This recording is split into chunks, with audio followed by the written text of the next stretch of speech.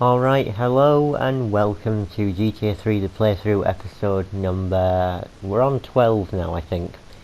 And in the last episode we did some missions, and I'm speeding this up because we're going to be doing the hidden packages today for Staunton. I thought it was a bit easier to do commentary if I sped this up, because otherwise I'd have to talk for 30 minutes as opposed to 15.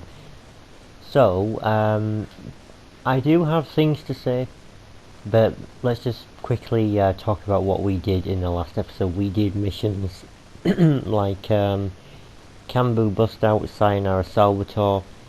We also did...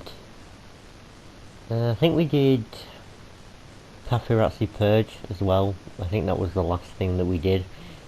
And obviously we won't be doing any missions until next episode. However, because I am on Staunton, I have had some thoughts about how I'm gonna do this Let's Play now, because whilst I've been here, what I really wanted to do is just do the missions up until a certain point, and then we can do the rampages. I'm starting off by getting a Colombian gang car, because you need that to get into the compound in Astatria, which is just around the corner from our safe house. And we are obviously in Colombian turf, and the Colombians hate us because Catalina is part of the Colombians, and she was featured in the introduction betraying Claude and whatnot. Catalina also featured in San Andreas, by the way, if you didn't know. Though I don't think she was in GTA Advance. In fact, I think it was a completely different character in charge of the Colombians in GTA Advance, I think. I've never played GTA Advance, and to be honest, I don't think it's worth a play. If you have a Game Boy Advance and you find a copy of the game, then maybe. But otherwise, I think it's just going to be like the original GTA games, except well, there seems to be a bit less to it for some reason. It seems to be trying to be like GTA 3, except it can't be exactly like it, because GTA 3 is in 3D, and GTA Advance is in 2D. Anyway, going a bit off topic there. So I wanted to talk about last episode I was being quite negative, and to be honest I still am pretty negative. I don't hate this game. I don't think it's terrible. I just think that there could have been more done, more added. And so I decided, why not use this video to sort of talk about my thoughts so far on the game. And I doubt these thoughts will change, because this is the same game as GTA 3, the original title, just with different graphics and a checkpoint system, which I've got to be honest isn't really a checkpoint system. It's more like restart the bloody mission. You should just call it that, because that's essentially what it does. I don't think there are any actual checkpoints in the middle of missions in this game. Now, there are a few missions that may have them because they are long, but I'm kind of doubting that they implemented those, so I'm not holding my breath, and I'm not going to deliberately fail to try and find out whether, there is a checkpoint in a certain mission or not, right? But if we do fail and it shows us, we'll find out. I haven't done the missions that I think will most likely have them. There are some long missions in this game, but not too many. So, the checkpoint system is obviously a new thing. The waypoint is a new thing. However, I don't think the waypoint is necessarily useful, really. Because by the time you've played this game for a while, you'll start to learn the layout, because it isn't a big map, right? GTA 3 doesn't have a large map. GTA Vice City is bigger than this in terms of vertically, anyway. I think horizontally 3 wins, but vertically Vice City definitely wins. San Andreas is obviously bigger than both of them, I think, combined. and possibly even more. GTA 4 is relatively small, GTA 5 is big, but the thing is with GTA 5 is I never thought it was that big when I was playing it, because there's just not much outside of Los Santos, you know, there's no other cities or any other locations, it's just all essentially the middle of nowhere. So that map doesn't feel particularly large at all, really.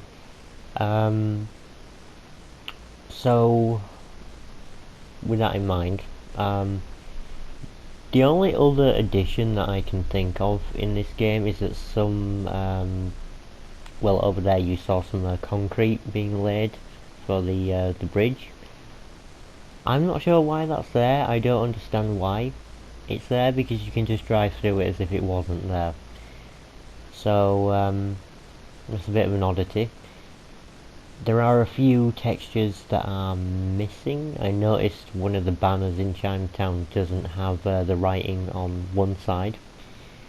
I noticed that the reverse lights never get used, and I believe, I'm 99.999% sure that reverse lights were indeed usable in GTA 3 originally. The only difference is that the lights themselves on the vehicles didn't actually produce the light itself. Rather, it was an effect sort of imposed over it to imply that it's lighting up, but it's not really. So there's that.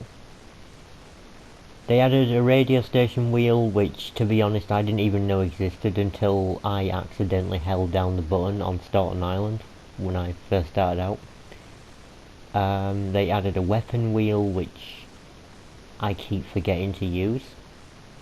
I mean, when I actually want to switch a weapon, I will use it. It's just that oftentimes I forget that it's there. The drive-by has changed. I don't know whether it's better or worse than the original. I would say it's worse. You can look left and look right when in a vehicle, but in the modern control scheme it's square and circle to do that, whereas originally it was L2 and R2, at least on the PlayStation controller. So it just depends really what kind of control scheme you like.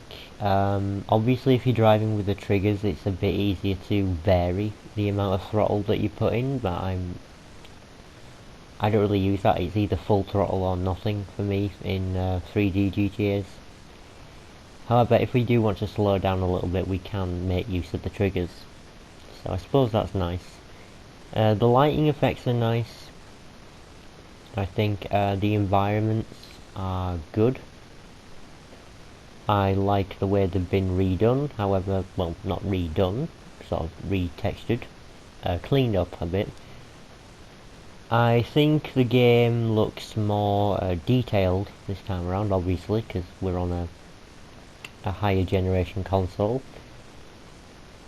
The vehicles are a little bit hit and miss, at least with the reflective nature of the models themselves. I don't think some vehicles should be incredibly reflective, yet they are. And by the way, just for reference, I think I might have mentioned this in the last episode. I said that I didn't play Vice City yet. I did have about half an hour on it. I didn't do any missions whatsoever. I just went to the hotel and then just messed around for a little bit, trying things out. And Vice City, I think, doesn't look as nice as this. I don't think. There are some design choices that I'm not really that happy with. Although I will say this, I do like the lighting effects on the vehicles, like the actual brake lights and headlights. You know, they're a little bit more detailed in Vice City, whereas this is kind of just like one solid colour that lights up. So that was interesting. And if you're wondering, by the way, yes, I do think that Tommy Vercetti in the definitive edition doesn't really look a lot like Tommy Vercetti did originally. Now this rendition of Claude in this game isn't that bad. It's not exactly as I want it to be. I think he looks a bit different. But Tommy Vercetti is one of the character models that a lot of people said that doesn't look right. And I'm with them on that, I think. And there were a few interesting, not interesting to be honest, some changes. I'm just looking for a hidden package here. I know it's on this dock. It's over here. There we go. Yeah, I didn't think Tommy Vercetti looked all that great. Now, what would I have liked to see from the definitive editions? I would have liked to see more music, but it seems like Vice City and San Andreas have just received less because they've had songs removed. I would have liked to have seen maybe some bonus content, like behind the scenes movies about how maybe this game was developed, or how the originals were developed. Some behind the scenes stuff would be really nice, because it's been over 10 years, well 20 in GTA 3's case, since the game was released. So I just thought, you know, having some bonus material would be nice to see, some behind the scenes footage to put to rest any long-standing theories that players might have about what this game was like in development. And also, with the music, I would have liked to, if they couldn't have added any more, maybe had the same music in every single game, so you would get tracks from Vice City in this game and also San Andreas.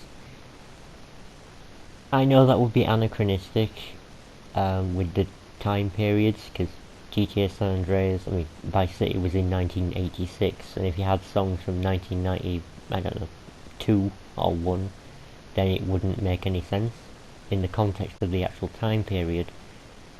But I think players might want to forego that, you know, that historical accuracy, just to have more variety. And I would have liked to have seen maybe new side missions, or new things to do, or just new stuff in general, like maybe a new vehicle. I don't know, maybe get a vehicle that was originally exclusive to Vice City Stories or Liberty City Stories and just implement them in. It doesn't sound too bad of an idea, to be honest. It doesn't really ruin the game. It's not the same as the original, but then again, the Mr. Whoopi seems incredibly common in this game, so that's not the same as the original for a start. And yeah, I'm just saying that new things would have been nice. Maybe some new missions, I don't know, or new dialogue for the cutscenes, if you could get the voice actors back, because I think that some things need to be explained a bit better, or maybe an answer to what happened to Donald Love, because, spoiler alert, but he does just up and disappear, and nobody really knows what happened to him after this game. I don't know, right, but just something new would have been nice. Unfortunately, it seems to be that this is just the same game with different graphics, and I'm not really feeling that I've got my money's worth out of this game. £55 was the total price that I paid for the trilogy, and to be honest, I think that's a bit too much. I would have thought something like £45, like £15 for each game, would have been better. But 55 just feels like a bit too much, because that's almost the price of well, it's £5 off a AAA title, you know, like a new GTA. In fact, I think even GTA 5 wasn't £60, was it, when it came out? I don't remember. Quite a ways ago. Anyway, I think that does it for this video. I'm sorry it's so long, and we've been talking about mostly negative things, or things that are missing, but I did offer some good points. So thanks very much for watching. I'll see you in the very next episode, which will be episode number 13, Unlucky 13. and we'll see what happens. See you all later.